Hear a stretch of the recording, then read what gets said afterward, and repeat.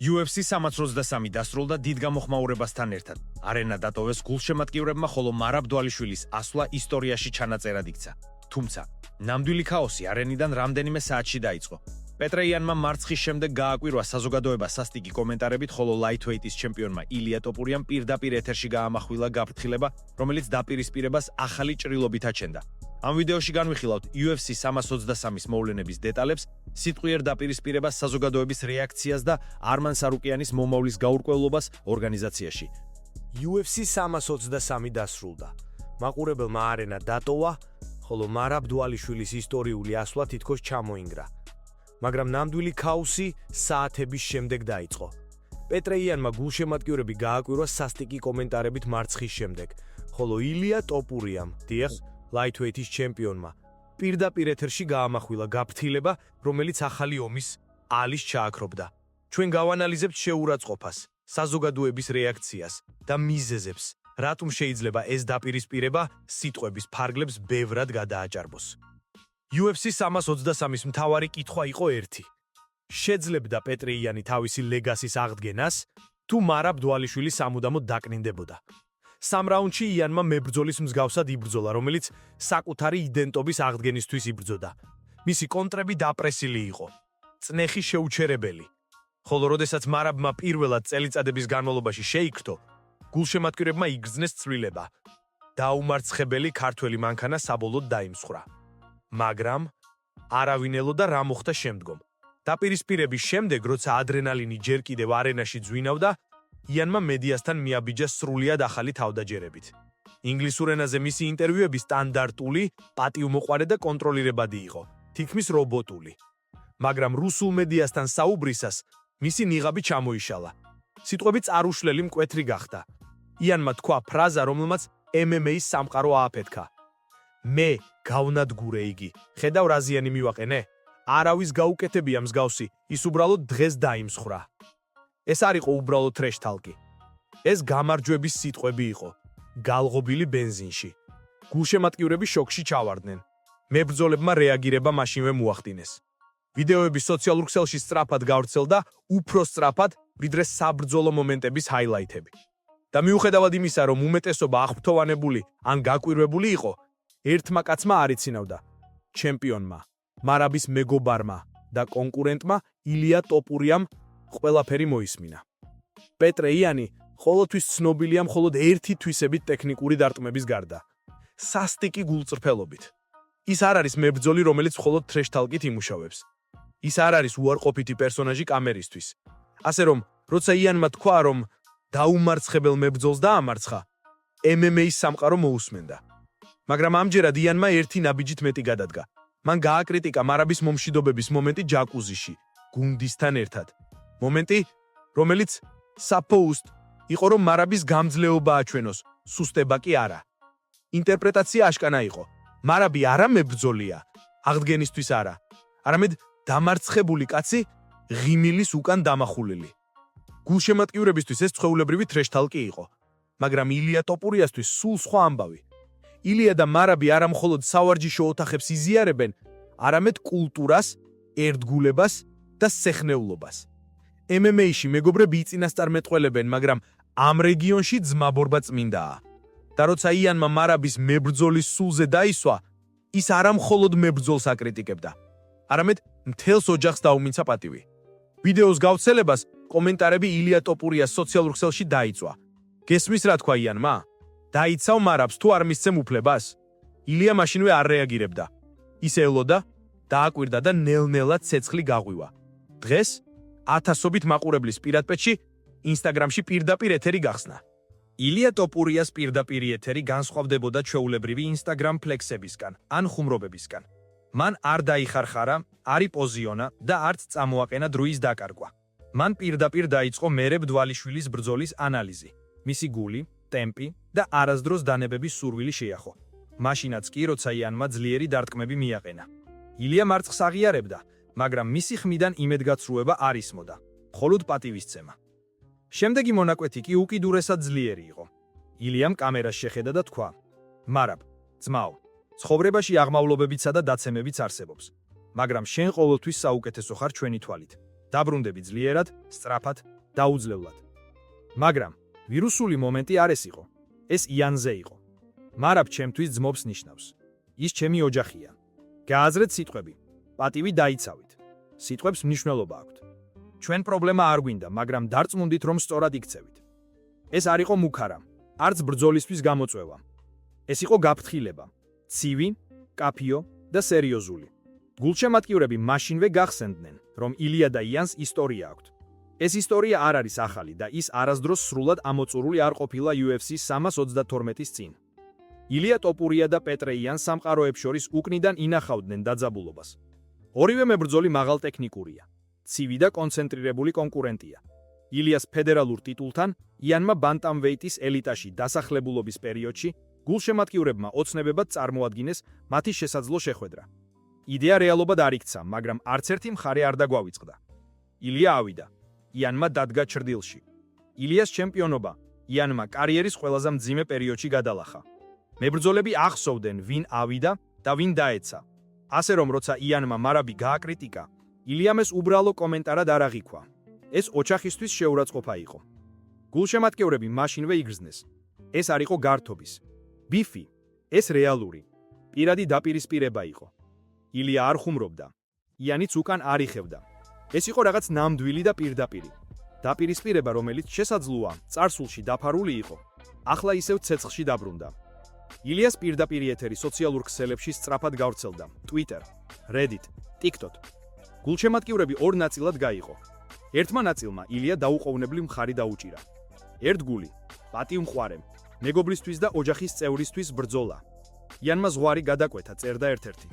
მეორე ხარისხიანი ნაწილი კი იანზე იყო. ის სიმართლეს ამბობს. მან მარაბი დაამარცხა. აქვს უფლება ილაპარაკოს.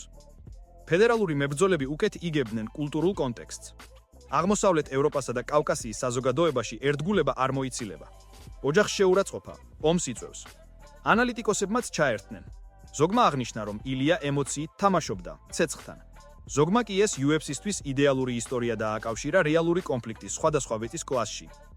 იანის სიტყვები deeper ვიდრე მიფიქრია. მარაბის მარცხის სევდანად შეეხო.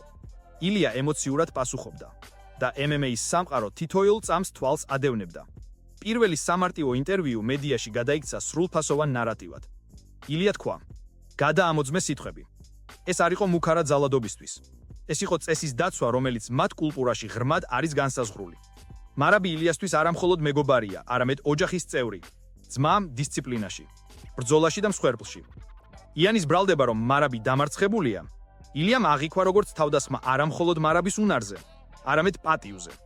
კავკასიის რეგიონში პატივისცემა წყეთაა, თვითგამოხატვა, პრაიდი და ძმობა მნიშვნელოვნად უფრო მაღლა დგას კარიერაზე, ფულზე ან დიდებაზე. მებრძოლი შეიძლება წაიგოს, დაიმტრევდეს ან დაირღვეს, მაგრამ მებრძოლის პატივი წყეთაა. იანმა მარაბის შესრულება შეურაცხყოფა, პატივი არა. და ილიამ სწორედ ისე უპასუხა, როგორც უნდა ჩაეტარებინა. სიტყვებს შედეგი აქვს. მან არ გამოიწვია საჯარო დაპირისპირება. უბრალოდ მკაფიო მესიჯი გაიგზავნა. აირჩია სიტყვები, ან აიტანა შედეგები. არმან სარუკიანის მომავალი UFC-ში სრული გაურკვევლობის წინაშე დგას. დან უაითის სიტყვებმა, სადაც აღნიშნა, რომ სარუკიანმა საკუთარ შესაძლებლობებს უნდა დაამტკიცოს, რაკა ერთხელ დაიჭიროს ტიტულის შანსი, არმანს ხმა მოკრა. როგორც იცით, სარუკიანი დენ ჰუკერის დამარცხების შემდეგ კრიტიკულად გამოხატავდა, რომ UFC-ს კავშირი აქვს მის წინააღმდეგ და თითქოს ცრუ გზით უქმნის სირთულეებს. არმანი საჯაროდ გამოხატავდა უკმაყოფილებას, რასაც ბევრი ადამიანი ანტი-დან უაითის პოზიციით პასუხობდა. დან უაითის სიტყვების შემდეგ, რომ მნიშვნელობა არა აქვს ნომერს, შენ უნდა დაამტკიცო შენი შესაძლებლობები, გულშემატკივრებს შორის ვრცელდებოდა მოსაზრება, რომ UFC პირადულად ეკიდება არმანს და მის წინააღმდეგ მოქმედებს. ზოგი თვლის, რომ მათ სურთ მარტივი გზა, ბედი პიმბლისთვის, რომ სარუკიანი არ დაპირისპირდეს ილია ტოპურიასთან. საერთო ჯამში ბევრი გულშემატკივარი ილია ტოპურიასთან ბრძოლის მომხრეა, რადგან ეს ყველაზე კონკურენტუნარიანი და რთული დაპირისპირება იქნებოდა ტოპურიასთვის. თუმცა, აქ უნდა გავიგოთ სიღრმე. საქმე არ არის მხოლოდ იმაში, რომ UFC დასჯის არმანს, რადგან ისინი არ უყვართ. არმან სარუკიანი სიმართლეში ბევრად უფრო რთულ მდგომარეობაში აღმოჩნდა. სამწუხაროდ, არმანმა ხმა მოკლა დან უაითის განცხადებების შემდეგ, არც ერთი კომენტარი არ გაუკეთებია. თუმცა პრობლემები არ შემოიფარგლება მხოლოდ იმით, რომ მან უარი თქვა ბრძოლაზე ისლამ მაღაჩეთთან. პრობლემაა ასევე ის, რომ სარუკიანმა UFC-ს არ გაანდო თავისი ტრაუმის სირთულე, რაც UFC-ს სერიოზულად გააღიზიანა. საქმე არ არის უბრალო მე ტრაუმირებული ვარ, ამიტომ ბრძოლას ვერ ჩავატარებ. აქ ჩართულია ინფორმაცია დამალვა, რასაც UFC-ს მხრიდან აღქმეს როგორც კონსპირაცია. გულშემატკივრები ახლა უკეთესად ხედავენ, რატომ ექმნება არმანს ასეთი წინააღმდეგობა UFC-ს მხრიდან. მართალია, ბევრს სურს სარუკიანი ტოპურიასთან ბრძოლა, რადგან ეს ყველაზე საინტერესო დაპირისპირება იქნებოდა ტოპურიასთვის. თუმცა, აქ უნდა გავიღოთ სიღრმე. საქმე არ არის მხოლოდ იმაში, რომ UFC დასჯის არმანს, რადგან ისინი არ უყვართ. არმან სარუკიანი სიმართლეში ბევრად უფრო რთულ მდგომარეობაში აღმოჩნდა. სამწუხაროდ, არმანმა ხმა მოკლა დან უაითის განცხადებების შემდეგ, არც ერთი კომენტარი არ გაუკეთებია. თუმცა პრობლემები არ შემოიფარგლება მხოლოდ იმით, რომ მან უარი თქვა ბრძოლაზე ისლამ მაღაჩეთთან. პრობლემაა ასევე ის, რომ სარუკიანმა UFC-ს არ გაანდო თავისი ტრაუმის სირთულე, რაც UFC-ს სერიოზულად გააღიზიანა. საქმე არ არის უბრალო მე ტრაუმირებული ვარ, ამიტომ ბრძოლას ვერ ჩავატარებ. აქ ჩართულია ინფორმაცია დამალვა, რასაც UFC-ს მხრიდან აღქმეს როგორც კონსპირაცია. გულშემატკივრები ახლა უკეთესად ხედავენ, რატომ ექმნება არმანს ასეთი წინააღმდეგობა UFC-ს მხრიდან. მართალია, ბევრს სურს სარუკიანი ტოპურიასთან ბრძოლა, რადგან ეს ყველაზე საინტერესო დაპირისპირება იქნებოდა ტოპურიასთვის. თუმცა, აქ უნდა გავიგოთ სიღრმე. არმან სარუკიანი არასდროს შეასრულებს ყველაფერს მხოლოდ იმისთვის, რომ კიდევ ერთი შანსი მიიღოს ტიტულისთვის. როცა UFC განრისხდა არმანზე, მათ მას შესთავაზეს ბრძოლა განროგთან, ASG, რაზეც მან უარი თქვა. არმან სარუკიანი ფაითების დროსაც დიდ მოთხოვნებს აკენებს. ამიტომ თუ დან უაითის სიტყვებს, რომ მას უნდა დაამტკიცოს თავისი შესაძლებლობები, არ შეასრულებს. მისი მომავალი UFC-ში რეალურად საფრთხის ქვეშ დგება. ის შესაძლოა აიძულოს მიიღოს უფრო მეტი ბრძოლა, დაამტკიცოს საკუთარი თავი, რათა ტიტულისთვის შანსი მიეცეს. თუმცა თუ არ ითვალისწინებს UFC-ს მოთხოვნებს და ჩარჩება საკუთარ პოზიციაზე, შესაძლოა შანსი დაკარგოს. ამავდროულად არმან სარუკიანი საჯაროდ აცხადებს, რომ UFC-ს სურს მისი კონტროლი, თითქოს სარუკიანის შანსები შეიზღუდოს. ის აცხადებს, რომ სურს აქტიურობა, მაგრამ არა აუცილებელი UFC-ში. შესაძლოა ბრძოლები სხვა ორგანიზაციებში იყოს. თუმცა UFC-ს რეაქცია მკაფიოა. დან უაიტმა განაცხადა, რომ სარუკიანმა საკუთარი შესაძლებლობები უნდა დაამტკიცოს, უფრო მეტი ბრძოლა უნდა ჩაატაროს, რათა მომავალში ტიტულისთვის შანსი ჰქონდეს. ეს სიტუაცია აშკარად ასახავს ბრძოლას არმან სარუკიანსა და UFC-ს შორის. გულშემატკივრები იზიარებენ სხვადასხვაგვარ მოსაზრებებს. ზოგი თulis, რომ დან უაიტი ძალიან მკაცრია, ზოგი კი, რომ არმანი თავად დაარღვია წესები, როცა უარი თქვა ბრძოლაზე განროგთან და სხვა გამოწვევებს არ მიიჩნევდა. ამ პროცესში საფრთხე იმაშია, რომ მომავალში დაპირისპირება ილია ტოპურიასთან, რომელიც გულშემატკივრებში დიდი ინტერესის საგანია, შესაძლოა საერთოდ ვერ შედგეს. თუ ტოპურია შემდეგ შეხდება ისლამ მაღაჩეთს ან სხვა სერიოზულ მეტოქეს, არმანის წინააღმდეგ ბრძოლა უკვე ნაკლებად სავარაუდოა. არმან სარუკიანმა არ მიიღო UFC-ს მოთხოვნები, რომ მას უნდა ეჩვენებინა თავგანწირვება, დამტკიცებული იყოს. ეს ნიშნავს, რომ UFC-სთან დაპირისპირება შესაძლოა გრძელვადიანი იყოს და მისი კარიერის პროგრესი საფრთხის ქვეშ დგება. ამ სიტუაციაში არმანის მომავალი UFC-ში დამოკიდებულია მის გადაწყვეტილებებზე.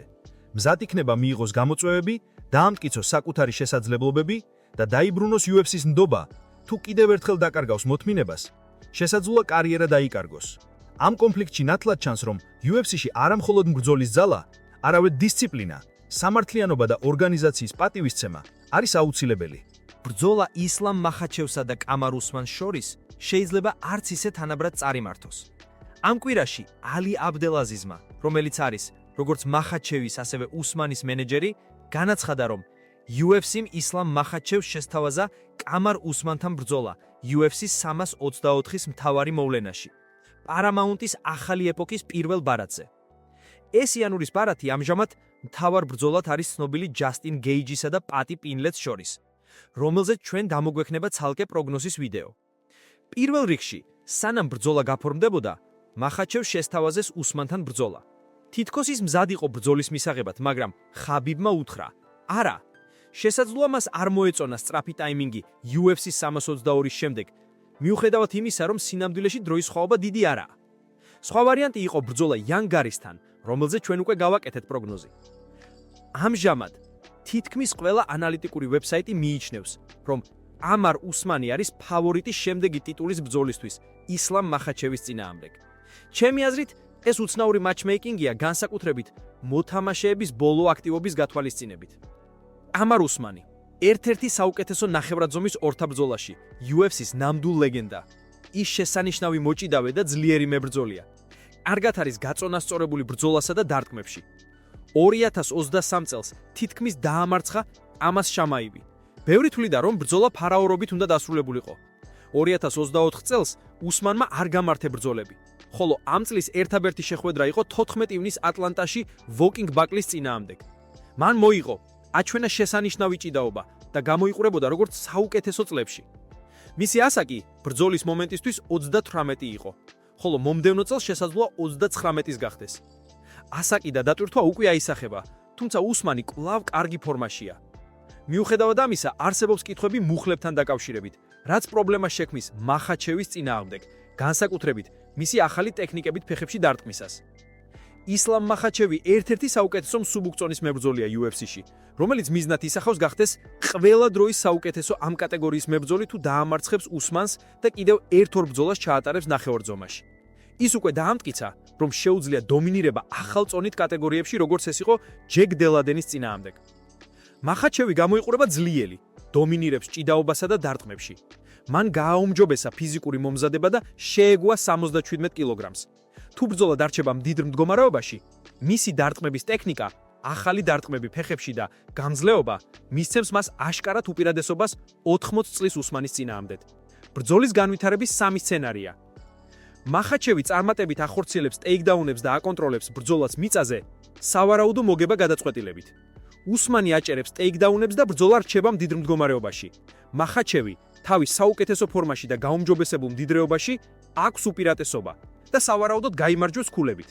უსმანი აკონტროლებს ტეიქდაუნებს და დომინირებს ჭიდაობაში, ნაკლებად სავარაუდო ასაკის და ფორმის გამო. სავარაუდოდ ბრძოლა დარჩება მდიდრ მდგომარეობაში, სადაც მახაჩევი შეძლებს ფეხებში დარტყმების გამოყენებას, რაც შეზღუდავს უსმანის მობილობას. მოგება სავარაუდოდ ქულებით, შესაძლოა გვიარი ფინიშით მეოთხე რაუნდში.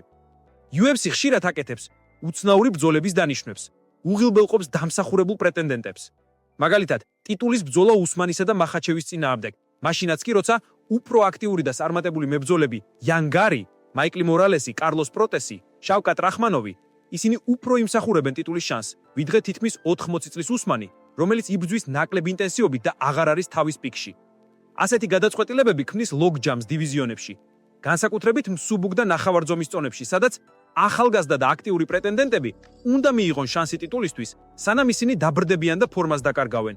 ეს გულშემატკივრებს აღიზიანებს, თუმცა აჩვენებს, რომ ორგანიზაცია ხშირად მართული არა მხოლოდ სპორტული, არამედ კომერციული ინტერესებით. საბოლოოდ, თუ ბრძოლა გაიმართება, მახაჩევი ფავორიტია. მისი ახალგაზრდობა, მომზადება, ტექნიკა და ახალი შესაძლებლობები მდიდარ ბრძოლაში აძლევს მას აშკარად უპირატესობას უსმანის წინააღმდეგ. მახაჩევის ფავორიტის ფორმულა